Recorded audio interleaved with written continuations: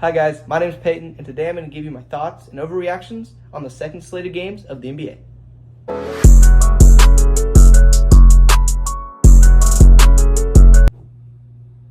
Alright, so the first game I want to take a look at is the Pacers vs. Pistons. Now, I thought Cade Cunningham looked elite this game. I also thought that the Pistons supporting cast played very well, and the new additions they brought in were perfect. I thought Tobias Harris looked really good. I thought rookie Ron Holland looked amazing for a first-round rookie. And I also thought that Mikal Beasley played very good this game. Now, look at the box score. I mean, Tyrese Haliburton struggled. Did not have a good game at all the entire time. But for a team like the Pacers, they had Pascal Siakam, who had 19 points. They had Miles Turner, who had 20 and 9 rebounds.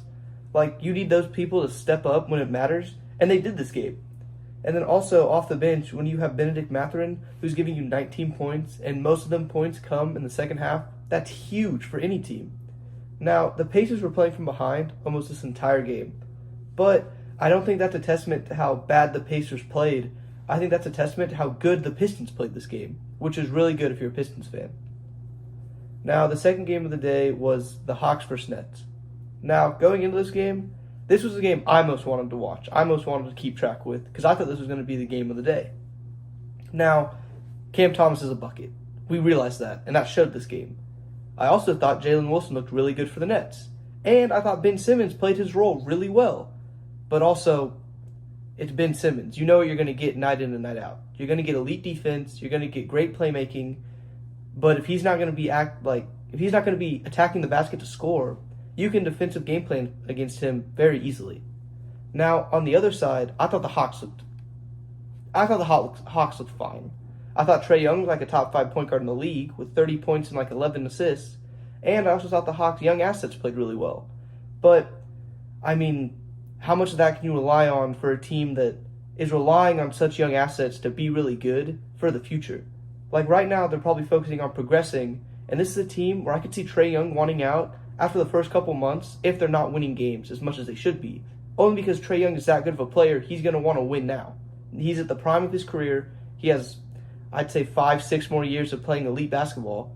So he's going to want to win a ring now. And if the Hawks aren't really contending, I could see him requesting a trade. For the third game of the night, this was absolute smoked. Raptors got absolutely cooked by the Cleveland Cavaliers. Evan Mobley showed why he's one of the best defensive players in the league, and Jared Allen showed how him and Evan Mobley can mesh well together and be a top big man duo in the league as of right now. Evan Mobley had elite defense, and Jared Allen played awesome. On the other side of the board, I thought the Raptors did fine. I mean, Emmanuel Quickley looked amazing in the time that he was playing until he got hurt, which is really going to hurt the team depending on how long he is out. But Scotty Barnes struggled a ton, Grady Dick was inefficient, and they really didn't have that much production from the bench. Granted, they were missing 4 rotation players coming to this game, so they were already short-staffed, but, I mean, there's not a whole lot you can take away from this game since Emmanuel Quickley ended up getting injured. The next game of the night was the Magic and Heat. I thought Paolo looked like the MVP of the league. He played amazing. Let me pull up the box score real quick. Let me see what he finished with. Yeah, 50% from the field, made 4 threes from a power forward / small forward who's most notably a strong in-the-paint presence. That's huge. He ended with 33 points and 11 rebounds.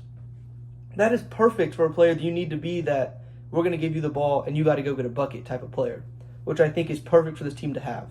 Franz Wagner also played amazing alongside the role players too. I mean, Franz ended up going 10 for 16 from the field, had 23 points, and then no one else in this team really struggled.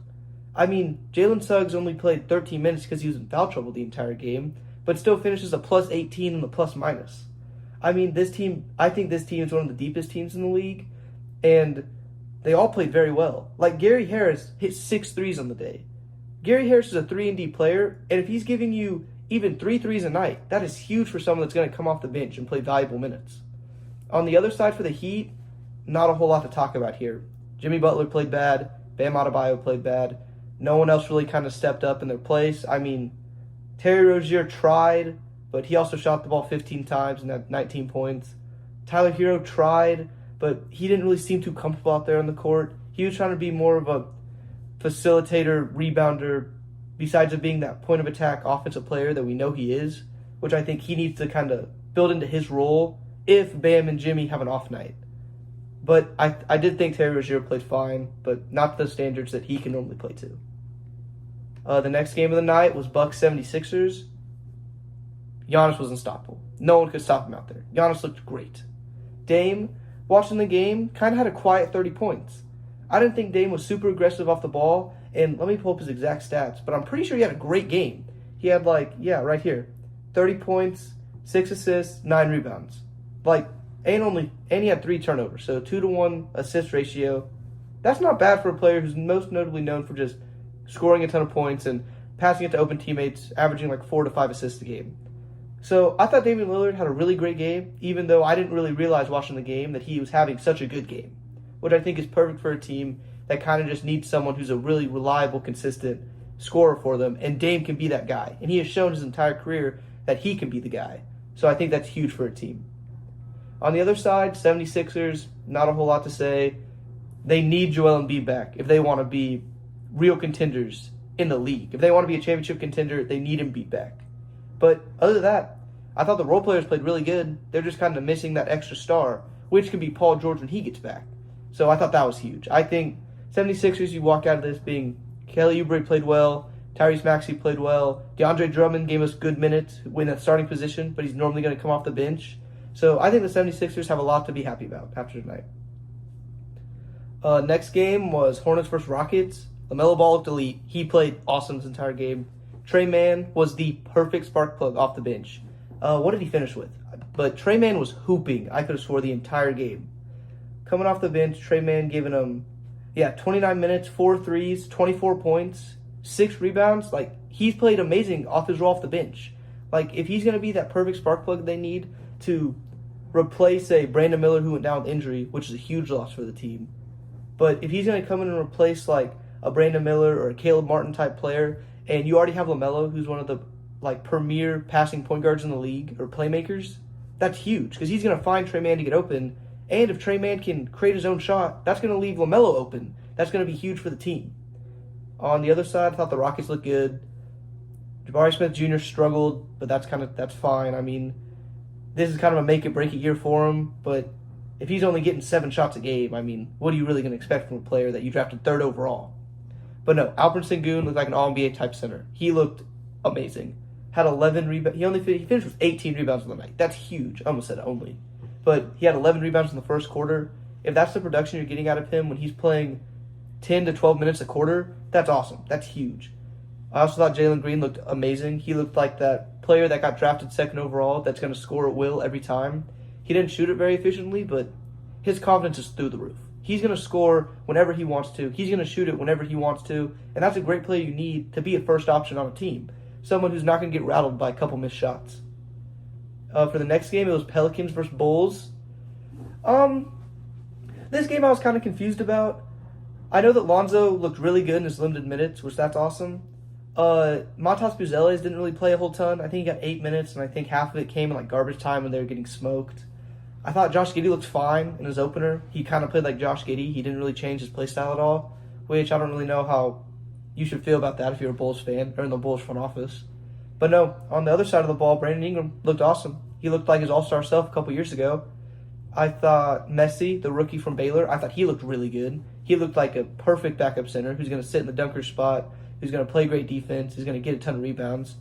I thought he looked good. And I thought DeJounte Murray played awesome until his hand injury, until he fractures his hand. But I'm not sure on the exact timeline on that, but that really hurts this team. He played amazing. He was playing that facilitator, defensive stopper, can get a bucket when he needs to, off of CJ, who's just an offensive player. So it's taking some of the weight off CJ defensively when you have DeJounte Murray out there, and they can play side by side. But now with DeJounte Murray being out for a while, I feel like that's going to open up the floor for Herb Jones to kind of play a lot more alongside CJ like he did last year, which I think is huge for the team. Also, Trey Murphy had a pretty, I'm pretty sure he had a pretty quiet game. Didn't really do a whole ton, but this is going to open up a lot for Trey Murphy to kind of get more involved in the team. So I think this team will be pretty good in the future. Next game probably was the second best game of the night, arguably, with Memphis Grizzlies versus Utah Jazz.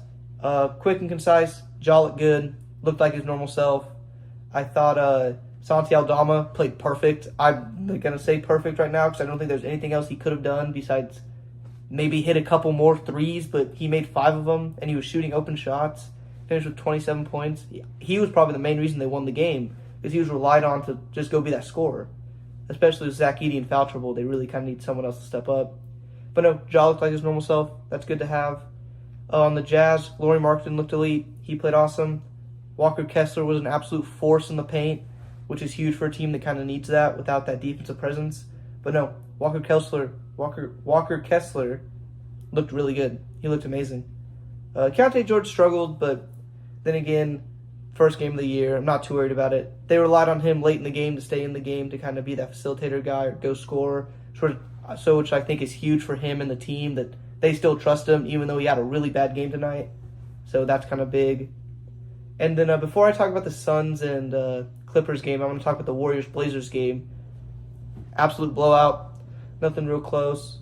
The Blazers team just inefficient scoring. Didn't really have anyone that could go get a bucket or go score. I think they ended up with 6 people shooting in the double digits, but it didn't really feel like that throughout the game. They kind of Anthony Simons didn't really shoot it efficiently. DeAndre Ayton didn't shoot it good. Denny Avdia, who I think played a really good game, probably played the second best game on the team, he didn't really shoot the ball well. Jeremy Grant was shooting it, but it wasn't going in. But no, I thought Scoot Henderson, he was tied for the most shots on the team, finished with 22 points. But he did get to the free throw line 9 times, which I think is huge for a player that needs to be more aggressive. So even though Scoot didn't shoot the ball well at all, I'm glad to see him finally kind of moving into that backup point guard role that, okay, I'm the guy on the bench, I'm the facilitator, I'm going to get to my spot, I'm going to score, I'm going to open up the floor for my teammates, which I think is really big for a guy like Scoot who had a very underwhelming rookie season. So I kind of like that he came out here with his head down, he's going to play good, he's going to play hard, and that's the Scoot Henderson that we know and love, so I'm really glad about that. And then last game of the night, Clippers-Suns. This was a really good game to watch. I didn't think the first half, very boring, very low scoring, defensive minded. No one could get anything to go. I think the Clippers only ended with 34 points or 33 points on the game. That's really bad. That's not good. But they finished with that in the first half, and then in the second half, the final score ended up being 116 to 113. The Clippers, they played well, is what I'll say. I think James Harden didn't play good in the first half, kind of getting into the flow of things. And then James Harden played amazing in the second half. He took over in the second half.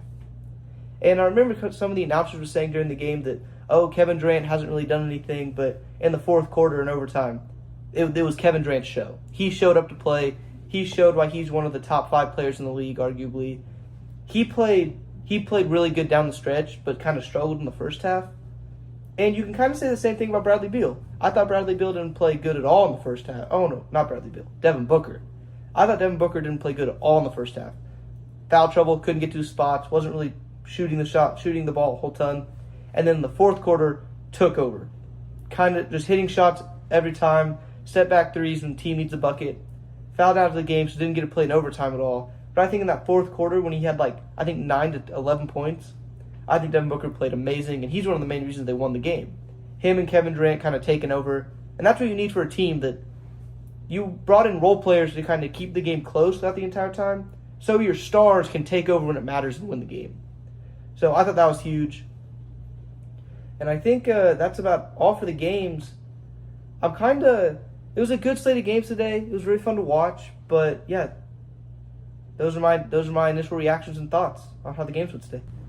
Hi guys, if you made it to the end of the video and you like this type of content, feel free to leave a like and subscribe.